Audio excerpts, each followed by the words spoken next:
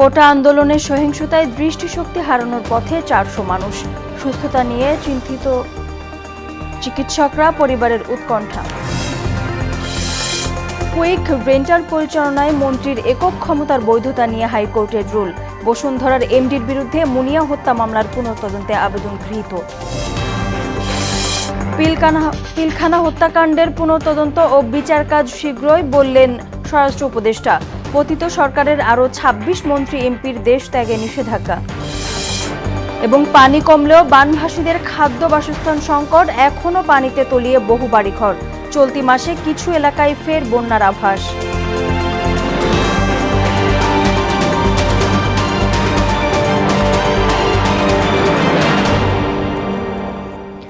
আসসালামু আলাইকুম, সবাইকে মোহনা সংবাদে স্বাগত। শুনছিলেন শিরোনাম, সঙ্গে আছি নাদিয়া নাহিদ।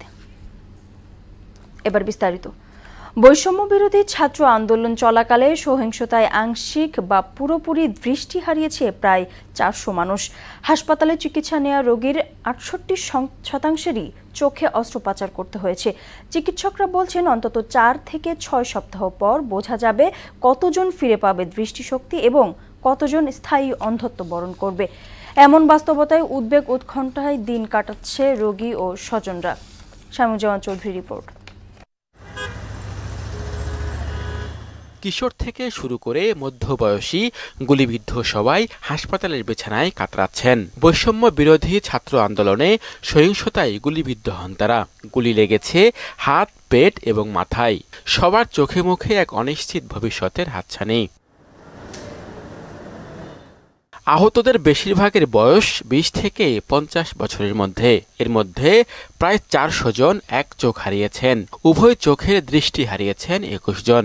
গুরুতর দৃষ্টি স্বল্পতা দেখা দিয়েছে প্রায় 300 রোগীর। অপারেশন হয়েছে, গুলি বের হয়েছে, কিন্তু এখন আমার যে ভালো চোখ আছে, আমি ভালো চোখে অনেকটা ঝাপসা হয়ে গেছে, আমি রোদে যাইতে পারি না। একটা বের করা হয়েছে, আরো 5টা আছে। তো কালকে অপারেশনে চোখেরটা বের করা হয়েছে। মাথারগুলো বের করতে পারবে কিনা সেটা এখনো তারা বলেনি। তারা আমার চোখের চিকিৎসা নিয়ে ব্যস্ততা। এখান থেকে লেগে এদিক দিয়ে বের হয়ে গেছে, চোখটা উঠে গেছিল। এমন বাস্তবতায় উদ্বেগ উৎকণ্ঠায় দিন কাটছে রোগী ও স্বজনদের। ডাক্তার তো একটা অপারেশন করছে, এখন গুলি আরেকটা আছে ভিতরে। ঢাকা আসার পর একটা অপারেশন হওয়ার পর পরে বাসায় পাঠিয়ে দিছে, বলছে 20 তারিখে এসে আজকে একটা অপারেশন হয়েছে। এখনো বুলেটটা বের করেনি। 25 তারিখে একটা অপারেশন করছে, তো ওনারা বলছে যে আরো 2টা অপারেশন করতে হবে। ডান চোখ ভালো, বাম চোখ দেখি না। অপারেশন করছে কালকে, কিন্তু ওটা বাইরে হবে না। ডাক্তার বলছে ওটা ভিতরে থাকলে সমস্যা নাই। হাতের মধ্যে আর চোখের মধ্যে সবচেয়ে বেশি এফেক্ট পড়ে। আমার চোখে যে গুলিটা লাগছে সেটা আমার আই বল ভেদ করে চোখের অপর সাইডে চলে গেছে, ওটা বের করা যায় না। চিকিৎসকরা জানান, ইট পাটকেল, ছড়রা গুলি ও রাবার বুলেটে আঘাত পাওয়া অনেকের চোখের ভিতর রক্তপাত হয়েছে, কারো অপটিক্যাল নার্ভ ও রেটিনা ক্ষতিগ্রস্ত হয়েছে। মেডিকেল বোর্ডের মাধ্যমে তাদের সেবা দেওয়ার আমরা চেষ্টা করতেছি। অনেক সময় আমরা গুলিগুলা রোগীদের চোখ থেকে আমরা বের করতে পারি না। যাদের অ্যাপ্রোচেবল তাদেরকে আমরা বের করতেছি। এদের মধ্যে থেকে একটা অংশ হয়তো খুব অল্প সংখ্যক যাদের 2টা চোখে ড্যামেজ আছে। জাতীয় চক্ষু বিজ্ঞান ইনস্টিটিউটে চিকিৎসা নেওয়া বেশিরভাগ রোগীর চোখে অস্ত্রোপচার করতে হয়েছে। চিকিৎসকরা বলছেন, কতজন দৃষ্টিশক্তি ফিরে পাবে এবং কতজন স্থায়ী অন্ধত্ব শিকার হবেন তা জানতে অপেক্ষা করতে হবে আরও কিছুদিন। শামীমুজ্জামান চৌধুরী, মোহনা সংবাদ, ঢাকা। কুইক রেন্টাল প্রকল্প পরিচালনায় মন্ত্রীর একক ক্ষমতা এবং এ বিষয়ে আদালতে প্রশ্ন তোলা যাবে না। বিদ্যুৎ আইনের এই 2টি ধারা কেন অবৈধ নয় তা জানতে রুল জারি করেছে হাইকোর্ট। অন্যদিকে শিক্ষার্থী মুনিয়া হত্যাকাণ্ডের মামলা পুনঃতদন্তের জন্য বসুন্ধরা গ্রুপের এমডি সায়েম সোভান আনভিরের বিরুদ্ধে আবেদন গ্রহণ করেছেন হাইকোর্ট। আর জানাচ্ছেন কাজী পাপ্পু। কুইক রেন্টাল সংক্রান্ত বিদ্যুৎ ও জ্বালানির দ্রুত সরবরাহ বৃদ্ধি বিশেষ বিধান আইন 2010-এর 9 ধারায় দায়মুক্ত কেন অবৈধ ও অসাংবিধানিক ঘোষণা করা হবে না তা জানতে চেয়ে রুল জারি করেছেন হাইকোর্ট। সোমবার বিচারপতি ফারা মাহবুব ও বিচারপতি এ.কে.এম. রবিউল হাসানের হাইকোর্ট বেঞ্চ এই রুল জারি করেন। আদালতের রিটের পক্ষে শুনানি করেন ডক্টর শাহদিন মালিক। যেসব বিদ্যুৎ কেন্দ্রের সাথে যত চুক্তি করেছে বা চুক্তি সংক্রান্ত কোনো কার্যক্রম কোনো আদালতে চ্যালেঞ্জ করা যাবে না। 6(2) ধারায় মন্ত্রীকে সর্বোচ্চ একক ক্ষমতা দিয়েছে, সে যার সাথে ইচ্ছা যত টাকা ইচ্ছা বিদ্যুৎ কেন্দ্র স্থাপনের চুক্তি করব। এদিকে মুনিয়া হত্যা মামলায় বসুন্ধরা গ্রুপের ব্যবস্থাপনা পরিচালক সায়েম সোবান আনবির সহ ৮ আসামিকে অব্যাহতি দিয়ে পিবিআই তদন্ত প্রতিবেদনের বিরুদ্ধে পূর্ণ তদন্তের আবেদন গ্রহণ করেছেন হাইকোর্ট। বিচারপতি ফারা মাহবুবের দ্বৈত বেঞ্চে এই আবেদন গ্রহণ করেন। এই মেয়েটি ৩ সপ্তাহ প্রেগন্যান্ট ছিল, তাকে বনানীতে ৯ মাস রাখা হয়েছিল, গুলশানে আবার পরবর্তীতে রাখা হয়েছিল। ওই বাসায় শুধু একমাত্র আনবিরে যেত। কোর্ট আমাদের সাবমিশন শুনে আপিল গৃহীত হয়েছে। Bangladesh association of international recruiting এজেন্সির কমিটি স্থগিত করে প্রশাসক নিয়োগের আদেশ দিয়েছেন হাইকোর্ট। গঠনতন্ত্র বিরোধী কার্যক্রম ও নির্ধারিত সময় নির্বাচন না দেয় বাণিজ্য মন্ত্রণালয়কে এই নির্দেশ দেওয়া হয়েছে। তাদের ইলিগেল যে সময় বৃদ্ধি করেছে ওটার রুল এবং স্টে দিয়েছে এবং প্রশাসক নিয়োগ করে পরবর্তী কার্যক্রম পরবর্তী নির্বাচনের ডেট ফিক্স করবেন উনি। আমরা এখান থেকে বাণিজ্য মন্ত্রণালয়ে যাব, আমরা লিখিতভাবে দিব যে আগামীকালকের মধ্যে কিংবা অতি দ্রুত সম্ভব বাইরেতে প্রশাসক নিয়োগ করার জন্য। এদিকে মানি লন্ডারিং প্রতিরোধ আইনে করা মামলার কার্যক্রম বাতিল চেয়ে করা আবেদন খারিজের বিরুদ্ধে নোবেল জয়ী ডক্টর মোহাম্মদ ইউনুস সহ গ্রামীণ টেলিকমের কর্মকর্তাদের করা আবেদনের শুনানি মুলতবি করেছেন আপিল বিভাগ। কাজী পাপ্পু, মোহনা সংবাদ, ঢাকা। পিলখানা হত্যাকাণ্ডের পুনঃতদন্ত ও বিচার কাজ শীঘ্রই শুরু হবে বলে জানিয়েছেন স্বরাষ্ট্র উপদেষ্টা জাহাঙ্গীর আলম চৌধুরী। সচিবালয়ে সাংবাদিকদের সঙ্গে আলাপে একথা জানান তিনি। বলেন, বর্তমান সরকার সুশাসন, ন্যায় বিচার ও জনগণের অধিকার প্রতিষ্ঠায় বদ্ধপরিকর। শুধু স্বরাষ্ট্র উপদেষ্টা নয়, একজন নাগরিক ও সেনাবাহিনীর প্রাক্তন সদস্য হিসেবে তিনি নিজেও বিডিআর হত্যাকাণ্ডের ন্যায় বিচার দেখতে চান বলে জানান জাহাঙ্গীর আলম চৌধুরী। বর্তমান সরকার জনগণের অধিকার, সুশাসন ও ন্যায় বিচার প্রতিষ্ঠায় বদ্ধপরিকর। শুধু স্বরাষ্ট্র উপদেষ্টা হিসাবে নয়, একজন সাধারণ নাগরিক ও সেনাবাহিনীর প্রাক্তন সদস্য হিসাবে আমি বিডিআর হত্যাকাণ্ডের ন্যায় বিচার চাই।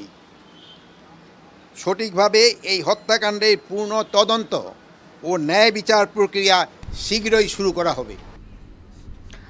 আওয়ামী লীগ সরকারের সাবেক 18 মন্ত্রী ও 8 সংসদ সদস্যের দেশ ত্যাগে নিষেধাজ্ঞা দিয়েছেন আদালত। ঢাকা মেট্রোপলিটন সিনিয়র স্পেশাল জজ মোহাম্মদ আসাম জগলুল হোসেনের আদালত দুদকের 2 আবেদনের প্রেক্ষিতে এ আদেশ দেন। যাদের দেশ থেকে নিষেধাজ্ঞা দেওয়া হয়েছে তারা হলেন সাবেক পররাষ্ট্রমন্ত্রী হাসান মাহমুদ, সাবেক জ্বালানি প্রতিমন্ত্রী নসরুল হামিদ, সাবেক নৌ প্রতিমন্ত্রী খালিদ মাহমুদ চৌধুরী, সাবেক আইসিটি প্রতিমন্ত্রী জুনায়েদ আহমেদ পলক, সাবেক প্রাথমিক ও গণশিক্ষা প্রতিমন্ত্রী মোহাম্মদ জাকির হোসেন, সাবেক প্রবাসী কল্যাণমন্ত্রী ইমরান আহমেদ, সাবেক জ্বালানি প্রতিমন্ত্রী মোহাম্মদ এনামুল হক, সাবেক এলজিআরডি প্রতিমন্ত্রী স্বপন ভট্টাচার্য, সাবেক বাণিজ্য মন্ত্রী টিপু মুন্সি, সাবেক দুর্যোগ প্রতিমন্ত্রী ডক্টর এনামুর রহমান, সাবেক আইনমন্ত্রী আনিসুল হক, সাবেক এলজিআরডি মোহাম্মদ তাজুল ইসলাম, সাবেক ধর্মমন্ত্রী ফরিদুল হক খান, সাবেক বস্ত্র ও পাটমন্ত্রী গোলাম দস্তগীর গাজী, সাবেক ক্রীড়া প্রতিমন্ত্রী মোহাম্মদ জাহিদ আহসান রাসেল, সাবেক দুর্যোগ প্রতিমন্ত্রী মোহাম্মদ মহিবুবুর রহমান, সাবেক পানি সম্পদ মন্ত্রী আনোয়ার হোসেন এবং সাবেক তথ্যমন্ত্রী হাসানুল হক ইনু। আগামী মাসের মধ্যে বাজেট রিভাইজ করা হতে পারে জানিয়ে অর্থ উপদেষ্টা ডক্টর সালেউদ্দিন আহমেদ বলেছেন, কালো টাকা সাদা করার সুযোগ বন্ধ করে দিয়েছে বর্তমান সরকার। সচিবালয়ে রপ্তানি উন্নয়ন ব্যুরোর কর্মকর্তাদের সঙ্গে বৈঠক শেষে সাংবাদিকদের কথা জানান তিনি।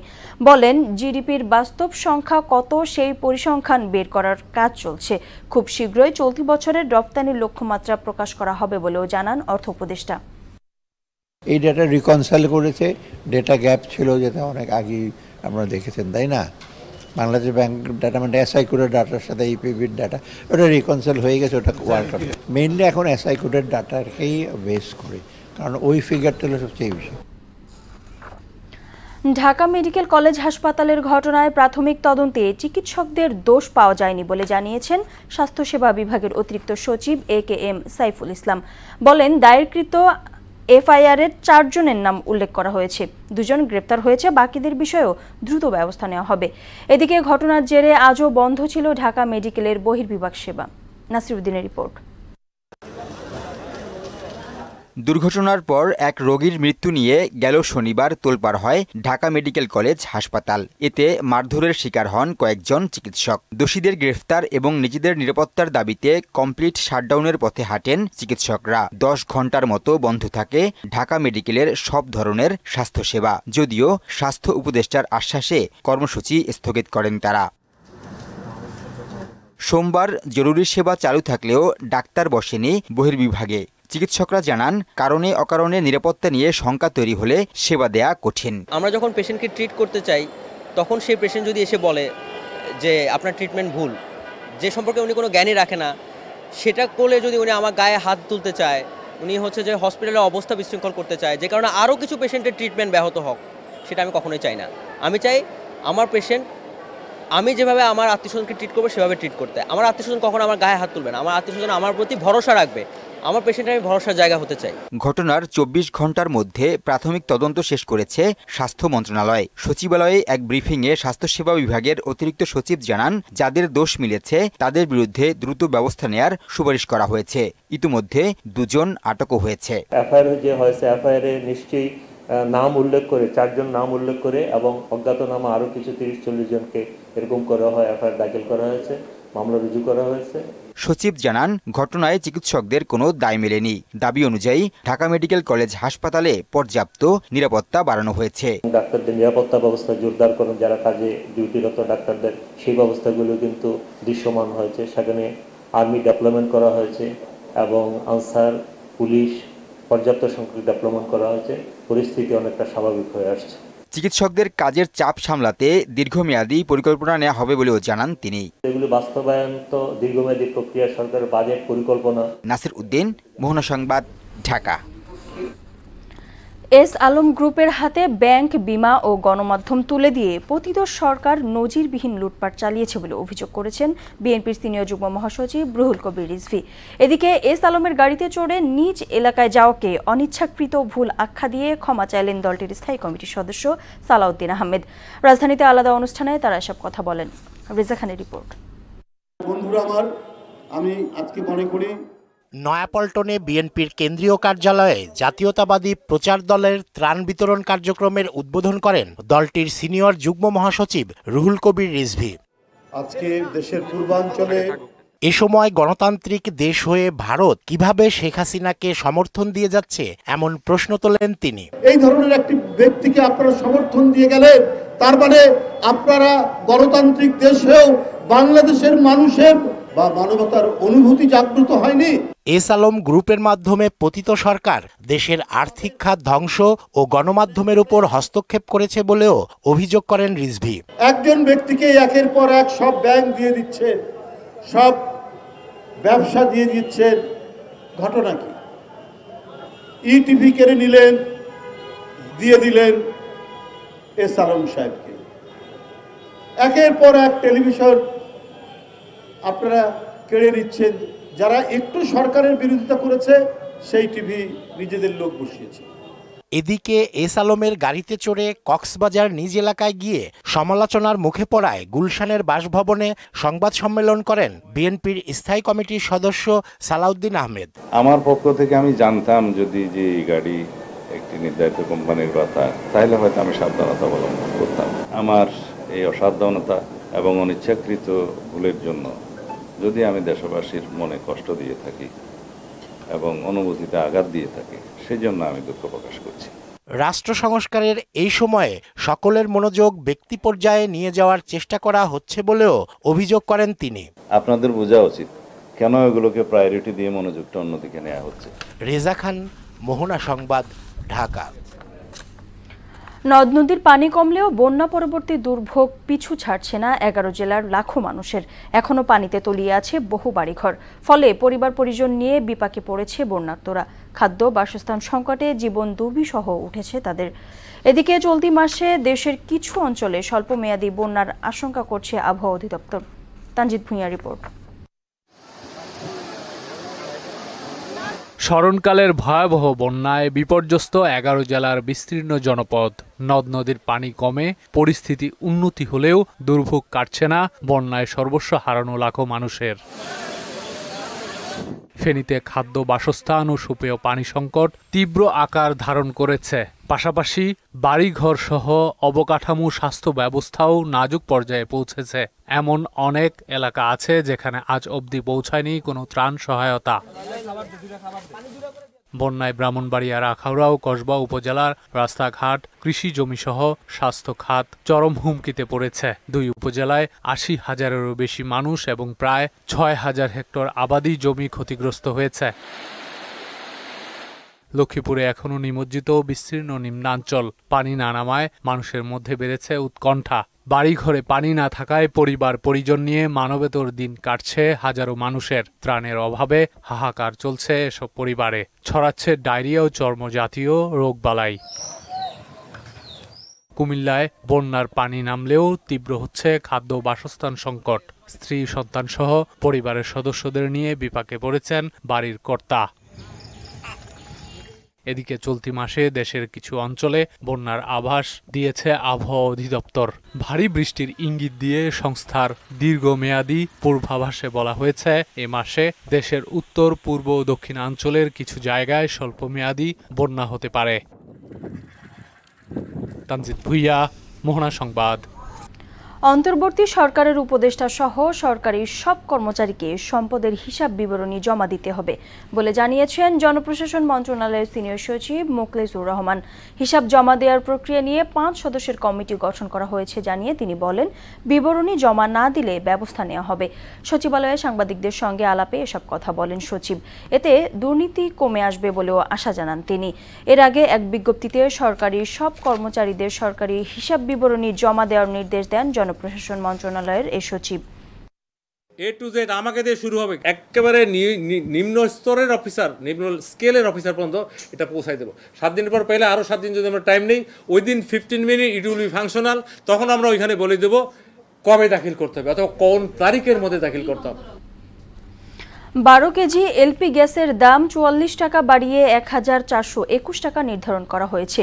অটো গ্যাস লিটার প্রতি 65.26 টাকা নির্ধারণ করা হয়েছে। নতুন দর সন্ধ্যা 6টা থেকে কার্যকর হবে। দুপুর 3টায় নতুন এ দর ঘোষণা করেছেন এনার্জি রেগুলেটরি কমিশনের চেয়ারম্যান জালাল আহমেদ। আগস্টে 12 কেজি এলপি গ্যাসের দাম ছিল 1377 টাকা আর অটো গ্যাসের লিটার প্রতি দাম ছিল 62.70 টাকা। 2021 সালের 12 এপ্রিলের আগ পর্যন্ত এলপিজির দর ছিল কোম্পানিগুলোর ইচ্ছাধীন। পথ ফেরত চেয়ে জাতীয় প্রেস ক্লাবের সামনে মানববন্ধন করেছেন উপজেলা ভাইস চেয়ারম্যান ও মহিলা ভাইস চেয়ারম্যানরা। মানববন্ধনে বক্তারা বলেন, অনেক আর্থিক ও শারীরিক ক্ষতির মধ্য দিয়ে নির্বাচন অনুষ্ঠান করার 2 মাসের মাথায় তাদেরকে পদত্যাগ করতে হয়। এ অবস্থায় অন্তর্বর্তী সরকারের প্রধান উপদেষ্টার কাছে তাদের স্বপদে বহাল হওয়ার দাবি জানান তারা। উপজেলা পরিষদের ভাইস চেয়ারম্যান ও মহিলা ভাইস চেয়ারম্যানের নিকট দেশের প্রান্তিক জনগোষ্ঠী তাদের সকল সুবিধা অসুবিধার কথা শেয়ার করতে পারে। আমরা সরকারের সুফলটা জনগণের দোরগোড়ায় নিয়ে যাওয়ার জন্য আমরা আমাদের পথ ফেরত চাই। সরকারের কাছে আমাদের একটাই দাবি, আমাদের সবার পথটা ফিরিয়ে দেওয়া হোক, পুনর্বহাল করা হোক। ফুটবল 2024 সাফ নারী চ্যাম্পিয়নশিপের সূচি প্রকাশ করল সাউথ এশিয়ান ফুটবল ফেডারেশন। 7 সদস্য দেশ নিয়ে 17 অক্টোবর নেপালে বসছে এবারের আসর। রাজধানী কাঠমান্ডুর দশরথ রঙ্গশালায় হবে সব ম্যাচ। গ্রুপ পর্বে থাকছে 2টি গ্রুপ। এ গ্রুপে রয়েছে ডিফেন্ডিং চ্যাম্পিয়ন বাংলাদেশ, সঙ্গে আছে ভারত ও পাকিস্তান। বিতে আছে নেপাল, ভুটান, মালদ্বীপ ও শ্রীলঙ্কা। 30 অক্টোবর শিরোপা লড়াইয়ের মধ্য দিয়ে পর্দা নামবে আসরের। শেষ করব মোহনা সংবাদ, যাবার আগে শিরোনামগুলো আরো একবার।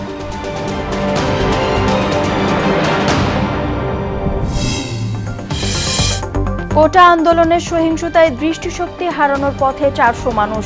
সুস্থতা নিয়ে চিন্তিত চিকিৎসকরা, পরিবারের উৎকণ্ঠা। কুইক রেন্টাল পরিচালনায় মন্ত্রীর একক ক্ষমতার বৈধতা নিয়ে হাইকোর্টের রুল। বসুন্ধরার এমডির বিরুদ্ধে মুনিয়া হত্যা মামলার পুনর্তদন্তের আবেদন গৃহীত। পিলখানা হত্যাকাণ্ডের পুনর্তদন্ত ও বিচার কাজ শীঘ্রই, বললেন স্বরাষ্ট্র উপদেষ্টা। পতিত সরকারের আরও 26 মন্ত্রী এমপির দেশ ত্যাগে নিষেধাজ্ঞা। এবং পানি কমলেও বানভাসীদের খাদ্য বাসস্থান সংকট, এখনও পানিতে তলিয়ে বহু বাড়িঘর। চলতি মাসে কিছু এলাকায় ফের বন্যার আভাস।